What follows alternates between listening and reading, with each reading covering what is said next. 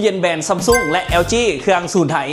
มีโปรโมชั่นซื้อ1แถม2มาเริ่มจาก 7.3 คิวของซัมซุงกันก่อนย้ำว่าทุกตัวแม่นน้ำก้อนบ่เกาะเด้อเป็นระบบ No Fault และก็เป็นระบบดิจิตอลอินเวอร์เตอร์นำเนาะประหยัดไฟ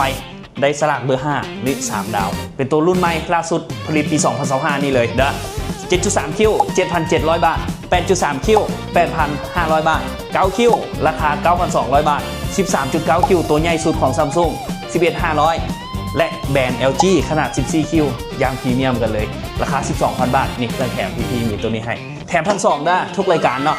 หม้อแดงมองเข้าเป็นเซตจังซี่ได้เงินกว่าน้อยอันนึงเลยเนาะมองเข้ากินได้ประมาณ 4-5 คนเนาะสำหรับท่านใดต้องการมาเบิ้งสินค้าตัวจริงมาเบิ้งได้เลยได้ที่บ้านโพนเป้าเมืองศรีสัตนานครหลวงเวียงจันทร์อีกอย่างหนึ่งมันมีระบบกำจัดกลิ่นนำได้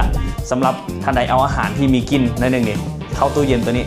กลิ่นนั้นจะหายไปทันทีเนาะเพราะมันมีท่านกำมันตัวนี้นี่พี่จะเอาให้เบิ้งสลากมันจะมีแต่ตัว8คิ้วขึ้นไปนี่ท่านกำมันจะดักจับกลิ่นเหม็นที่เป็นโมเลกุลน้อยเนาะเฮ็ดให้ตู้เย็นเขาจะบ่เหม็นหรือว่าบ่อับจะมีแต่ตัว8คิ้วขึ้นไปเด้อ7คิ้วตัวนี้บ่มีเนาะพี่กวาดเบิ่งละขอขอบใจ